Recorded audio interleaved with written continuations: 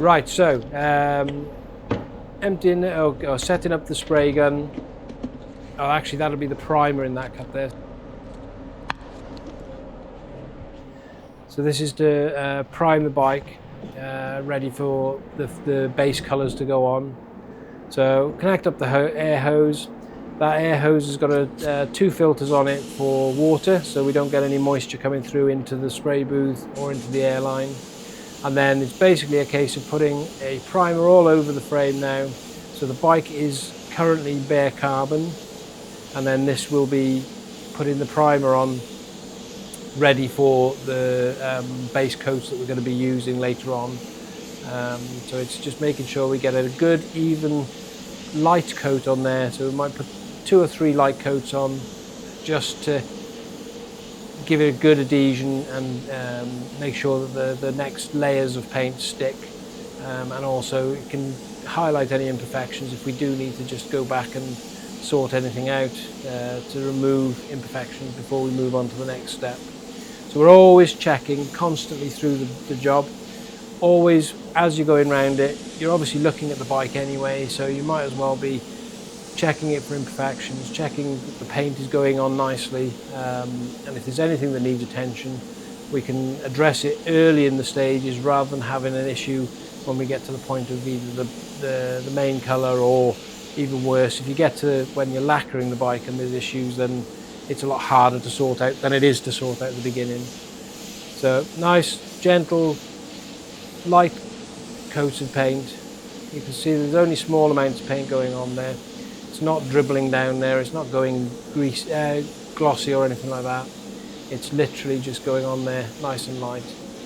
It dries off quite quickly, but you will have, on different primers, you'll have different drying times, so you've got to pay attention to what they're advising on that, because you don't want to lock in any thinners or any, if it's a water-based primer, you don't want to lock any moisture into the primer by putting the next coat on. So just go all the way around it, double checking everywhere, and then we'll go around all the bottom parts and the finer parts. So these are the bits we were sanding earlier. Again, nice light coats of primer on there,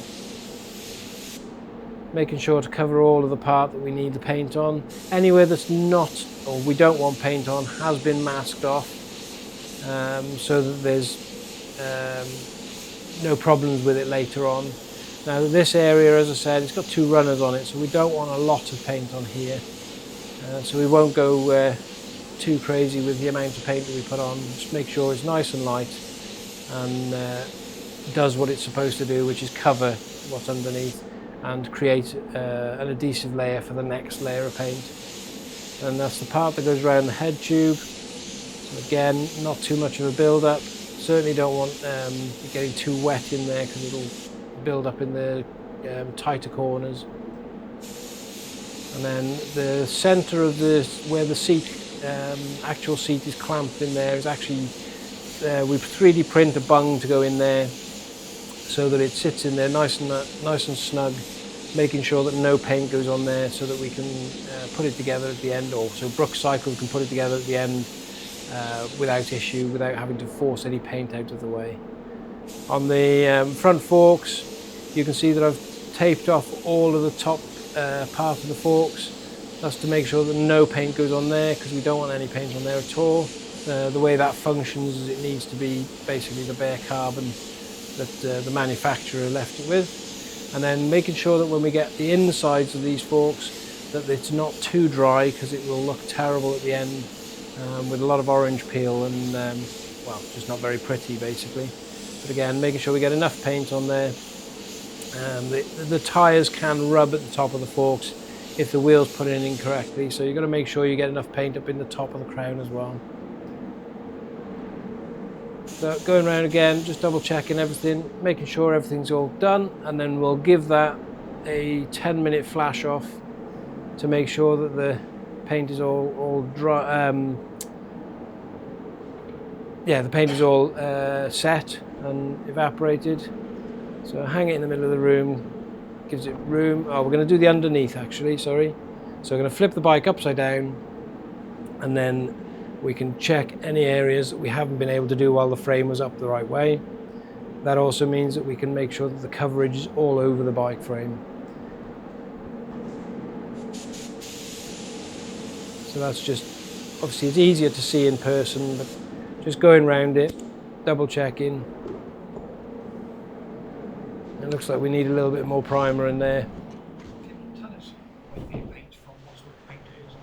So these are, the primers are water-based primers. We get them from the airbrush company. So they're a Createx primer.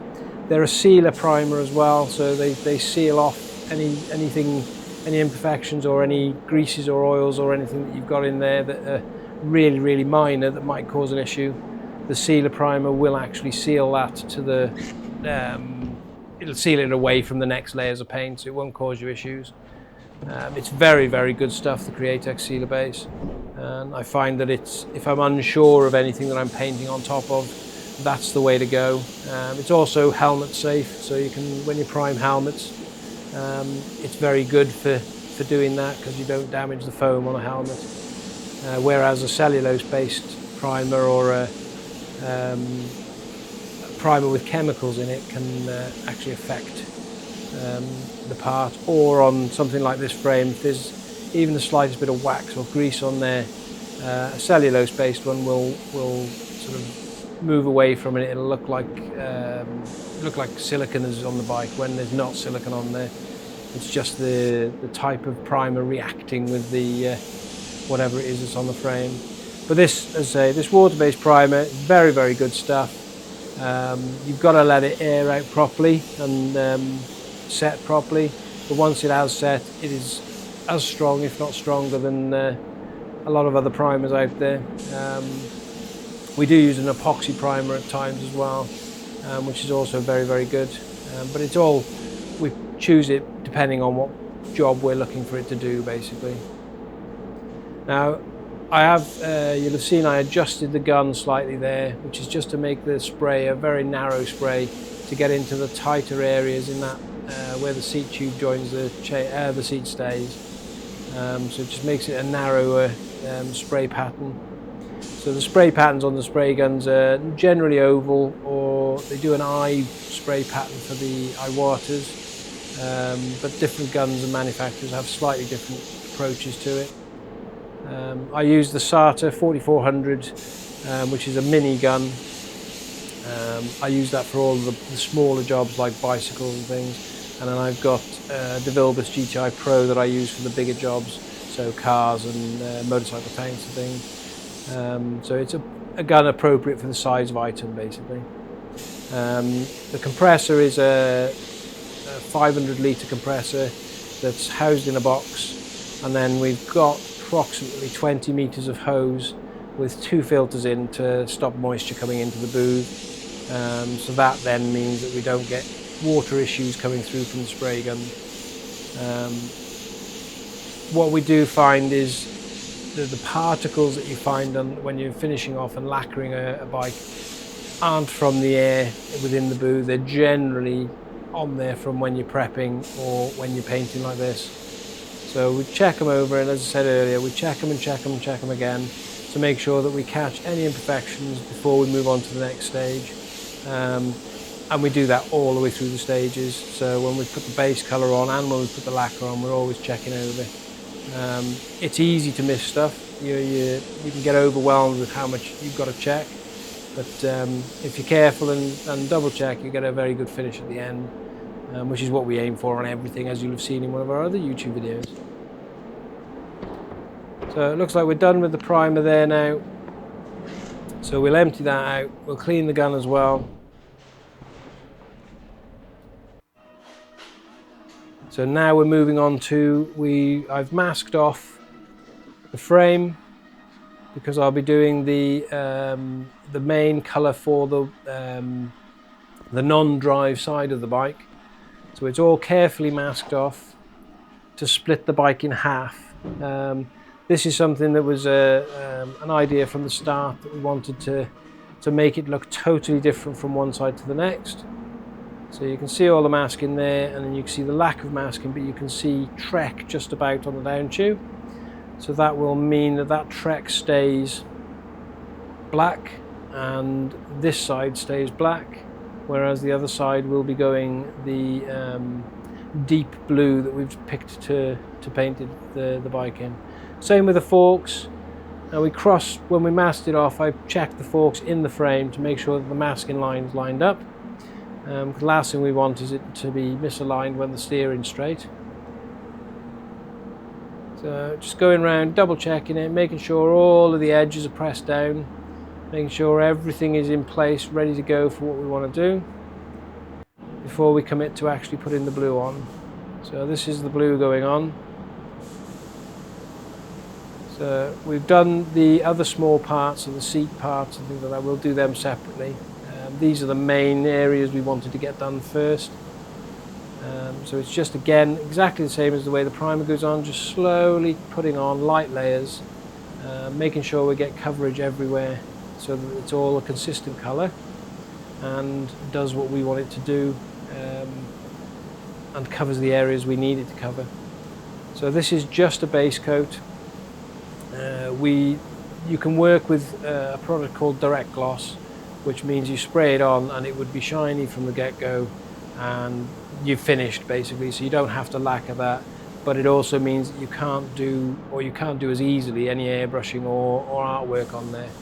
So we all generally tend to work with a base coat and then a lacquer afterwards, and obviously in between them we'll do any airbrushing or any graphic work. So we can bury it all in the lacquer and make it all nice and smooth and shiny.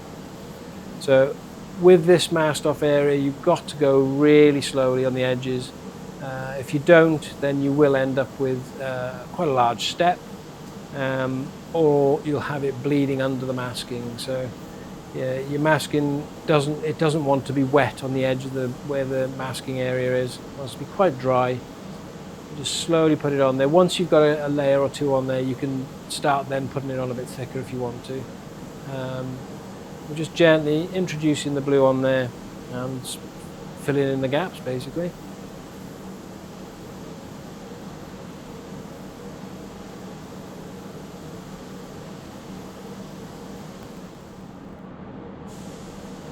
So moving forward a little bit, we're now at the point where the blue is starting to show through properly on the camera, and we've got a good base for the next part of what we're doing. And this side of the bike is virtually finished. At a later stage I decided to change the Trek logo slightly, which you'll see later in the video. But for this part of the bike paint, the blue is going to be done, and then we can move on to unmasking it. So we're going to flip it over the other way now. Double check again, as I say, always checking over and over again to make sure you cover everywhere, and you can still miss it even then. So looking around it, making sure we're checking everywhere, looking for gaps, looking for highlights or areas that look darker because you can still see the black through them, and then going back in with the spray gun and just making sure we try and cover those. Once you get to the lacquer stage, the lacquer will actually highlight any issues. It can be quite annoying and frustrating, but if you're thorough in this area and at this part of the stage, you don't have those issues at the later stage. So yeah, we're just going over it, another dusty layer, just making sure that everywhere is covered, making sure I'm happy with what we've got as a result. There's a few vulnerable areas where we'll make sure there's a little bit more paint on, but yeah, that's it. Blue's on, and we'll move on to the next stage of the paint job, which is the airbrushing. So you can see that the blue has come out quite strong, and you can see that the masked area has got a lot of blue on it as well, so hence why you mask it off as much as you do, because otherwise you'd have a nightmare trying to keep it away. You can see the blue goes on beautifully, and it is a really stunning blue, as you'll see at the end of the video. So that's now, we've unmasked where all the masking has been removed. So you can see the Trek in black there. and then on the black side, which is where all the masking was, is where we're going to do all of the airbrush artwork, and the main reason for doing this bike, which is to make it as custom as possible, but to look simple on one side and custom on the other side, so that it really stands out amongst the crowd of an awful lot of painted bikes nowadays. Hopefully you like it at this stage. The next stage gets so much harder. The blue is easy to put on. The airbrushing is not easy to put on. You can see the split down the middle there.